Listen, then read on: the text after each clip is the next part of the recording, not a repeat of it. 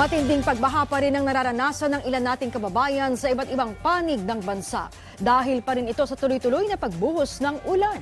May ulat si Katlea Antonio. Namamangka na ang mga residente rito sa dulong baryo Matungaw, Bulacan. Wala na halos matanaw na lupa dahil napapaligiran na ng tubig ang lugar dahil sa matinding pagbaha dulot ng bagyo.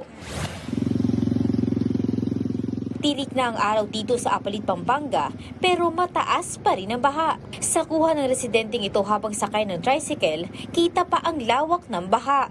Ang isang ang tricycle, tumirik pa. Binahari ng iba't ibang bahagi ng Metro Manila.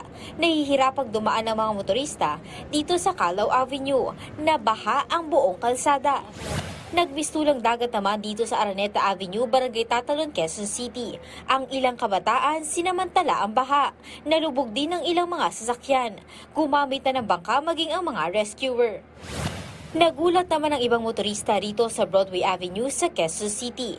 Imbis na baha, napuno ng bula ang kalsada. Palaisipan tuloy sa mga residente kung ano ito at saan nagmula.